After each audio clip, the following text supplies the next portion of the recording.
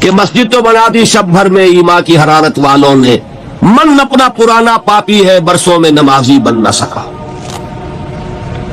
کوئی شخص رشوت پیش کر رہا ہے، حرام شے ہے، نفس کیا کہتا ہے؟ لے لو، کہتا ہے کہ نہیں؟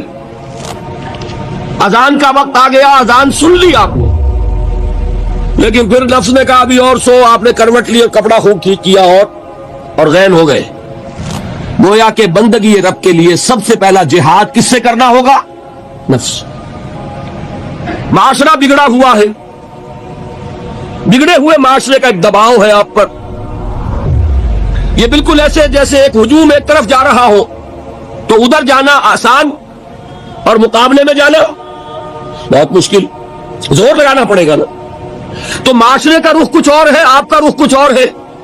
معاشرہ نہ خدا کو جانے نہ رسول کو جانے۔ آپ چاہتے ہیں اللہ اور اس کے رسول کے حکم پہ چلنا، کشمکش کرنی پڑے گی کہ نہیں؟ زمانہ تمہارے رنگ میں نہیں آتا، تم اس کے مطابق ڈھل جاؤ، کوئی تکلیف ہوگی؟ اور زمانہ تمہارے ساتھ اگر موافقت نہیں کر رہا، تم زمانے سے لڑو، تکلیف آئے گی کہ نہیں؟ تین جہاد کرنے پڑیں گے تو انسان اللہ کا بندہ بن سکے گا۔ بات سمجھ میں آئی؟ اسی لیے جب پوچھا گیا حضور سے ای الجہاد افضل یا رسول اللہ، اے اللہ کے رسول سب سے افضل جہاد کون سا ہے؟ آپ نے فرمایا ان تجاہد نفسک فی طاعت اللہ، سب سے افضل جہاد یہ کہ اپنے نفس سے جہاد کرو، کشمکش کرو، مقابلہ کرو۔ اس لیے میں نے ایک مرتبہ تقریر کی تھی ممبر میں، پہلی مرتبہ مجھے یاد ہے، میں نے یہ 9 منزلیں بیان کی تھی۔ 8 منزلیں جہاد ہیں، 9ویں منزل جا کر قتال بنتی ہے۔ پہلی منزل پر 3 جہاد تھے نا، نفس سے، شیطان سے، بگڑے ہوئے معاشرے سے۔ دوسری منزل پر دعوت و تبلیغ بالحکمہ بالموعظہ جدال احسن۔ تیسری منزل پر صبر محض، پیسو ریزسٹنس، اقدام، چیلنج، ایکٹیو ریزسٹنس۔ 8 منزلیں جہاد، اور 9ویں منزل ان اللہ یحب الذین یقاتلون فی سبیلہ صفا کانہم بنیان مرصوص۔ گویا جہاد کی پہلی منزل مجاہدہ مع النفس، اور آخری اور 9ویں منزل قتال فی سبیل اللہ۔ واضح رہے کہ اسی کا منفی پہلو ہجرت ہے، بہت اہم بحث شروع ہوگی۔ جیسے اسلام کا منفی پہلو اطاعت کا تقویٰ ہے، حکم مانو، حکم پر عمل کرو، اطاعت، نافرمانی سے بچو، بات تو ایک ہی ہوئی۔ جہاد کا منفی رخ ہجرت ہے۔ اللہ کی بندگی کرنے کے لیے معاصی سے ہجرت کرنی ہوگی، حرام چیزوں سے ہجرت کرنی ہوگی۔ اسی لیے سوال کیا گیا ای الہجرت افضل یا رسول اللہ؟ جواب کیا تھا؟ ان تہجر ما کرہ ربک، سب سے افضل ہجرت یہ ہے کہ ہر اس شے کو چھوڑ دو جو تمہارے رب کو پسند ہے۔ اسی لیے تنظیم کے عہد نامے میں جب اللہ کے ساتھ معاہدہ ہے، انی واحد اللہ، نمبر 1 کس بات کا معاہدہ؟ ان اہجر کل ما یکرہ، ہر اس شے کو چھوڑ دوں گا جس کو وہ پسند نہیں کرتا۔ واضح رہے کہ اسی کا منفی پہلو ہجرت ہے، چنانچہ اس کی بھی پہلی منزل ان تہجر ما کرہ ربک ہے، اور آخری یہ کہ اقامت دین کی جد و جہد میں وقت آنے پر گھر بار، مال و منال اور اہل و عیال کو چھوڑ کر نکل جایا جائے۔ اس کی بھی نیت ہونی، تیاری کیجیے نفسیاتی طور پر۔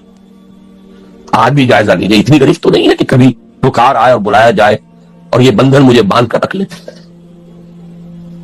اگر ایسا ہے تو یہی تو خطرہ ہے۔ پھر آگے جا کر جو ہفتے اعمال کرانا ہے ابھی چھٹی کرو، سب کچھ کرنا اور پھر ہفتے اعمال کرا لیں۔ آپ کو معلوم ہے جنہوں نے ہجرت نہیں کی تھی، سورہ نساء میں کتنی اہم بحث آئی ہے۔ تو ہجرت، لیکن یہ کہ پورے لیول کے اوپر غلط خیالات ذہن سے نکالو، غلط نظریات نکالو، ہجرت ہے۔ غلط صحبت کو چھوڑو، ہجرت ہے۔ نخلہ و نطر کو من یفجرک، ہجرت ہے۔ دوستیوں کو چھوڑو، ہجرت ہے۔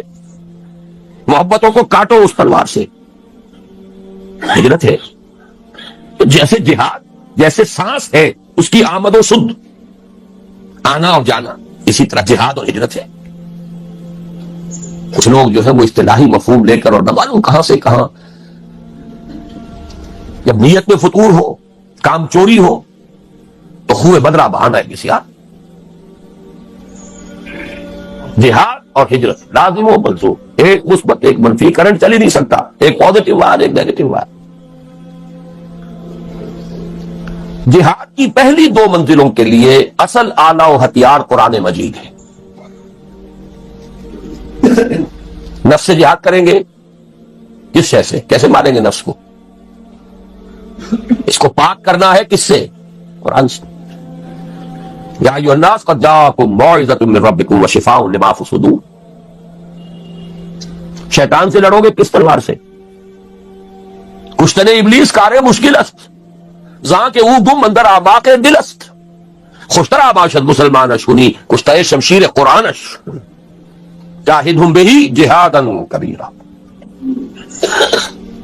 دوسری منزل قرآن، تذکیر قرآن سے، تبشیر قرآن سے، انذار قرآن سے، دعوت قرآن کی، تبلیغ قرآن کی، سارا برکت و محور اس کا۔ اوحی الی ھذا القرآن لانذرکم بہ ومن بلغ فلقد یسرناہ بلسانک لتبشر بہ المتقین وتنذر بہ قوما لدا۔ نفس کے خلاف جہاد کرنا ہے، ومن اللیل فتہجد بہ نافلۃ لک، دعوت کے لیے غلط نظریات کا انکار کرنا ہے قرآن کے ذریعے، ایمان کا اس بات کرنا ہے قرآن سے ہوگا۔ نور یہ ہے، اندھیاروں سے یہ نکالے گا، لِيُخْرِجَكُم مِّنَ الظُّلُمَاتِ إِلَى النُّورِ فَآمِنُوا بِاللَّهِ وَرَسُولِهِ وَالنُّورِ الَّذِي أَنزَلْنَا وَجَاهِدْهُمْ بِهِ جِهَادًا كَبِيرًا۔ مکی دور کا کی شمشیر قرآن اتر کر ہرا سے سوئے قوم آیا اور ایک نسخہ کیمیا تھا۔ جہاد کی پہلی دو منزلوں کے لیے اصل آلہ و ہتھیار قرآن مجید ہے، یعنی جہاد بالقرآن۔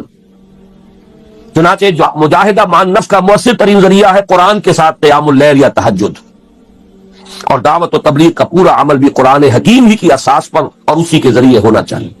یتلو علیہم آیاتہ ویزکیہم ویعلمہم الکتاب والحکمہ، سارا اساسی منہاج قرآن کے گرد گھوم رہا ہے۔ تیسری اور آخری منزل عہد حاضر میں جہاد بالید کی موضوع ترین صورت فواحش و منکرات کے خلاف پرامن مظاہرے ہیں، صرف مظاہرہ نہیں، پکیٹنگ، گھیراؤ، جلاؤ نہیں، گھیراؤ نہیں ہونے دیں گے، بل حافظون لحدود اللہ، چلاؤ گولی، مار دو جنوں کو مارتے ہو، شہادت مطلوب و مقصود مومن نہ مال غنیمت نہ کشف کشاد۔ یہ میرا کل کا موضوع ہے، لیکن یہ کہ یہاں جہاد بالید، اسی کو نہیں المنکر بالید کہا ہے۔ من رأى منکم منکرا فلیغیرہ بیدہ فإن لم یستطع فبلسانہ فإن لم یستطع فبقلبہ وذلک اضعف الایمان ومن جاہدہم بیدہ فہو مؤمن ومن جاہدہم بلسانہ فہو مؤمن ومن جاہدہم بقلبہ فہو مؤمن ولیس وراء ذلک من الایمان حبۃ خردل۔ لیکن نوٹ کیجئے، لیکن اس میں نوبت فقہائے کرام کی طے کردہ شرائط کے تحت قتال یعنی جہاد بالسیف تک بھی آ سکتی ہے۔ اس کو یہ سمجھ لینا کہ یہ سرے سے اب دائرے سے خارج ہو گیا، یہ تو قادیانیوں کا خیال ہے، اور بالفعل ہمارے بہت سے علماء اسے خارج کیے بیٹھے، بڑے بڑے مفکرین خارج کیے بیٹھے۔ بعض لوگوں کو یہ مغالطہ لاحق ہو گیا ہے، فاسق و فاجر حکمرانوں کے خلاف خروج نہیں ہو سکتا۔ یقیناً بعض ایسی احادیث ہے، لیکن دوسری احادیث بھی موجود۔ جب ایک ہی حدیث سے آپ سارا مسئلہ نکالیں گے تو بڑی گمراہی میں آ جائے گی۔ من قال لا الہ الا اللہ دخل الجنہ، یہاں تو ایمان بالرسالت بھی ثابت نہیں ہوتا، اس نے کہا لا الہ الا اللہ جنت میں داخل ہو جائے گا، آپ پورا مورچہ لگا دیں کہ نہیں نہیں، ایمان بالرسالت لازم ہے، ایمان بالآخرت لازم ہے، ایمان بالقرآن لازم ہے، پھر اس کے عملی تقاضے لازم ہے۔ تو اس کو بھی اچھی طریقے سے سمجھ لیجئے، قتال اور فساق و فجار حکمرانوں کے خلاف طاقت کا استعمال، لیکن اس کی شرائط ہے۔ امام ابو حنیفہ جن کو میں سید الفقہا سمجھتا ہوں،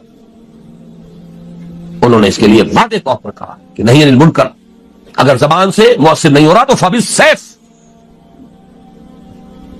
تلوار، لیکن اس کے لیے طاقت اتنی بہم پہنچ چکی ہو، یہ نہیں کہ 4 آدمی اکٹھے کیے 4 کو مروا دیا، پھر آگے چلے، پھر 10 کو اور اکٹھے کیے 10 کو مروا دیا، یہ نہیں، ہنگامہ کیا، جماعت بنائیے، قوت جمع کیجئے، تربیت دیجئے، منظم کیجئے، محتسب تعداد اتنی کہ جو بھی آپ کے اندازے ہیں اس کے اعتبار سے، ویسے کوئی شے کہیں سے آ جائے بال فرام دی بلو وہ بات دوسری ہے، لیکن ہر اندازے میں آپ یہ تقریباً یہ یقین رکھیں کہ اب اتنی طاقت ہے کہ ہم بدل دیں گے اس نظام کو، کامیابی ہو جائے تب جا کر اس کا امکان، ورنہ نہیں۔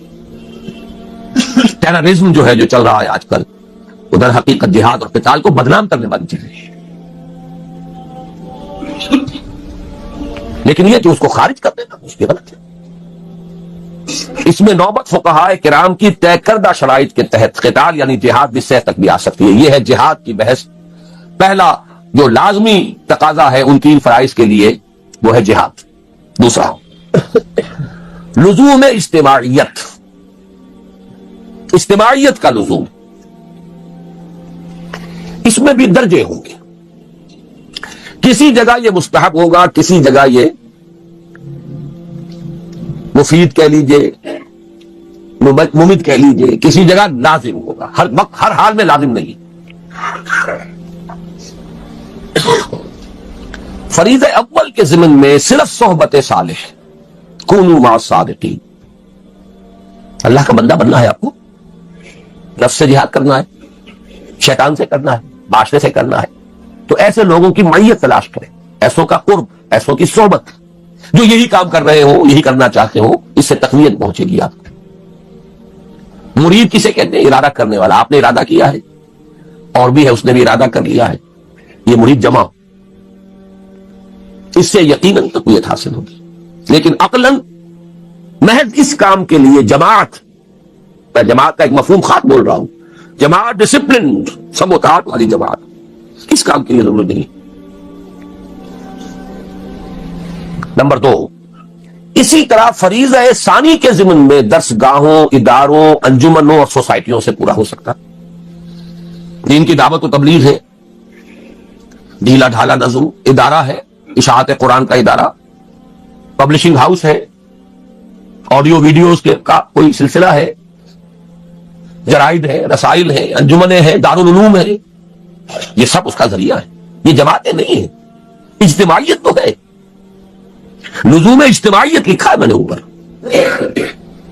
اجتماعیت ایک عام لفظ ہے، یہ لوز آرگنائزیشن، ایسوسیشنز، انجمنیں،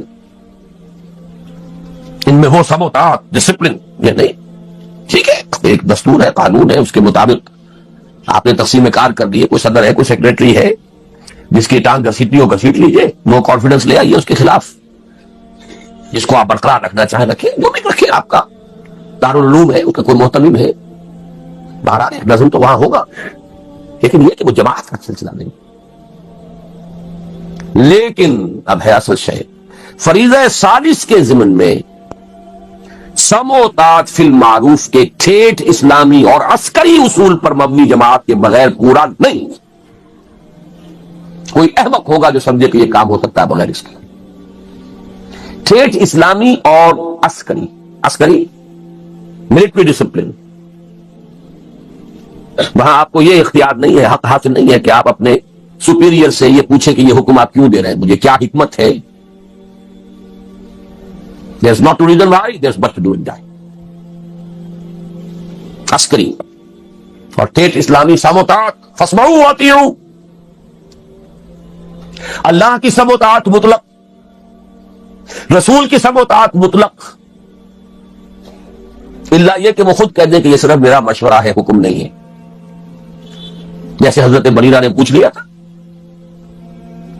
حضرت مغیث ایک غلام تھے، حضرت بریرہ ایک کنیز تھی، ان کے ساتھ نکاح تھا، حضرت عائشہ کی کنیز تھی حضرت بریرہ، حضرت عائشہ نے انہیں آزاد کر دیا، اب ان کا سٹیٹس ہو گیا اونچا، وہ غلام کے غلام تھے، یہ ایک خیار حاصل ہوتا ہے، اختیار، چوائس. کنیز پہلے جس کے نکاح میں تھی، کنیز ہونے کی حیثیت سے کسی غلام کے، اب جب وہ حرہ ہو گئی، آزاد ہو گئی، تو شی ہیڈ این آپشن. وہ چاہے تو اب اس کے نکاح میں رہے، چاہے تو نہ رہے. کفر نہیں رہا نا اب وہ. تو حضرت بریرہ نے کہا میں تو اب اس کے نکاح میں نہیں رہوں گی مغیث کے. انہیں بہت محبت تھی، انہوں نے پہلے خود خوشامد کی، نہیں مانی، پھر سفارش کروائی. سفارش بھی کس کی؟ محمد رسول اللہ صلی اللہ علیہ وسلم کہ حضور سے کہیے. حضور نے فرمایا بریرہ کیا حرج ہے اگر تم مغیثی کے گھر میں رہو. پورا فوراً سوال کیا حضور آپ کا حکم ہے یا مشورہ؟ فرمایا نہیں، حکم نہیں ہے، مشورہ ہے، تو میرے لیے قابل قبول نہیں ہے. حکم کو نہیں ٹالا. ما كان لمؤمن ولا مؤمنة اذا قضى الله ورسوله امرا ان يكون لهم الخيرة فيهم. مشورے کو آپ سوچ سکتے ہیں، ٹھیک ہے، چوائس ہے. ایک عورت جانتی ہے کہ بیوی کی حیثیت سے اسے کیا فرائض ادا کرنے ہیں. ذہناً قلباً جس کو وہ قبول نہ کر رہی ہو، اس کے ساتھ وہ حقوق جو ہے وہ ادا کر سکے گی کہ نہیں کر سکے گی. She knows it better. لیکن حکم ہو تو سم و طاعت مطلق، نو ایکسیپشن. آگے چل کر حضور کے بعد اب ہے فی المعروف. صرف ایک اس کے اندر ایکسیپشن ہوگی، اگر اللہ اس کے رسول کے واضح احکام کے خلاف کوئی بات ہے تو نہیں مان. اس کی وضاحت میں بعد میں کروں گا کیونکہ مجھے آج حدیث بھی ذرا آپ کو پڑھانی ہے.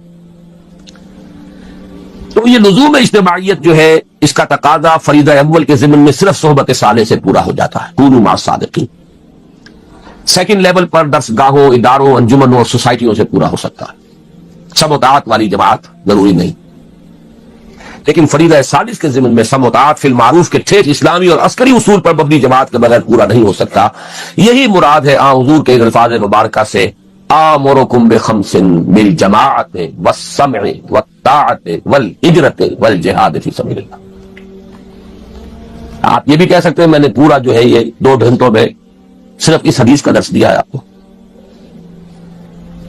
جہاد اور ہجرت جڑے ہوئے بریکٹڈ، سم و طاعت جڑے ہوئے بریکٹڈ، جماعت پلس بریکٹ شروع، سم جمع طاعت بریکٹ بند، جمع بریکٹ شروع، بلکہ ضرب، یہاں جمع نہیں ضرب، بریکٹ شروع جہاد پلس ہجرت بریکٹ بند. اس حدیث کو یوں ذہن میں رکھیے. جماعت کون سی؟ سم و طاعت والی. یہ لازم و ملزوم ہے، بریکٹ ہے، سنو اور مانو. یہ کس لیے ہے؟ ضرب دینا ہے اس کو. وہ ہے ہجرت و جہاد. آمرکم بخمس بالجماعت والسمع والطاعت والہجرت والجہاد فی سبیل اللہ. تیسرا لزوم بیعت. تو نماز کے لیے وضو کے لیے پاک پانی. بیعت جو ہے ایک تو ہے بیع، وہ تو اللہ سے ہوئی، جان و مال اس کے حوالے، جنت رب کے امیدوار ہے. ایک ہے بیعت کسی انسان کے ہاتھ پر. وہ انسان رسول بھی تھے تو انسان تھے، ان کے ساتھ بیعت سم و طاعت مطلقاً. اب آپ کے بعد جو انسان ہے غیر معصوم ہے، چاہے وہ ابو بکر ہو، ان کے ساتھ سم و طاعت فی المعروف. بالکل میتھمیٹیکل سمجھیے ان چیزوں کو. لیکن بیعت کے ضمن میں بھی ایک ہی طرح کا تقاضا نہیں، تینوں لیولز پر کچھ فرق ہو جائے. پہلے 2 فرائض کے ضمن میں بیعت سلوک کو ارشاد کی صورت میں کفایت کرتی ہے. لیکن یہ جو بیعت ہمارے ہاں چل رہی ہے، سلوک اور ارشاد کی بیعت، بہت اچھی بات ہے کہ اس کے لیے بھی لفظ بیعت استعمال ہوا، تاکہ معلوم ہو کہ یہ ہمارے دین کا ایک مستقل اس کی اصطلاح ہے، اس کا ایک فکر ہے. اور وہ بیعت عقبہ اولا کے ساتھ میں سمجھتا ہوں کہ اس کا ربط اور تعلق ہے. بیعت ارشاد، پہلی بیعت حضور نے یہی لی تھی، شرک نہیں کریں گے، چوری نہیں کریں گے، زنا نہیں کریں گے، تہمت نہیں لگائیں گے وغیرہ. اور جس نے ایک بات کا آپ حکم دیں گے وہاں معروف تھا. یہ پہلا درجہ تھا اس بیعت کا. بھی آج وہ بیعت ازرو قرآن صرف بیعت النساء ہے. یہ سلوک کی بیعت زنانہ بیعت ہے، یہ مردانہ بیعت نہیں ہے، زنانہ بیعت. نوٹ کر لیجئے اس کو. قرآن حکیم نے وہی الفاظ دیے، حالانکہ سورہ ممتحنہ سن 6-7 میں نازل ہو رہی ہے۔ بیعت عقبہ اولا سن 10 میں، سن 10 نبوی ہجرت سے 1.5-2 سال قبل لی جا رہی ہے۔ ایک فصل ہے 8-9 برس کا، یہ وہی الفاظ جو بیعت عقبہ اولا کے تھے وہی قرآن میں آئے۔ بیعت النساء، یہ زنانہ بیعت ہے، مردانہ بیعت نہیں ہے۔ مردانگی تو چاہیے، وہ میدان میں جب آنا ہے۔ مردانہ بیعت وہاں درکار، وہ فرض خواتین پر نہیں، زنانہ بیعت لیکن ہے بیعت۔ اس کے بارے میں ہمارے ہاں وہ جو اہل حدیث مسلک کے لوگ ہیں وہ اس کی نفی کر دیتے، کوئی بیعت نہیں، اس کا کوئی اصول نہیں، کوئی اس کا ثبوت نہیں، غلط بات ہے۔ بیعت عقبہ اولا بیعت ہی یہی ہے، بیعت النساء بیعت ہی یہی ہے، بیعت ارشاد ہے، وہ بھی صحیح ہے، حق ہے، لیکن وہ بیعت جو مردوں سے مطلوب ہے وہ کچھ اور۔ اگر یک قطرہ خوداری اگر مشتے پرے داری بے آبا من تو آمودم طریق شاہ بازی راہ، مردانگی اس کے لیے بیعت جو ہے وہ ہے نمبر 3۔ فریضہ سادس کے ضمن میں بیعت سموتات فی المعروف کی صورت لازمی و لابدی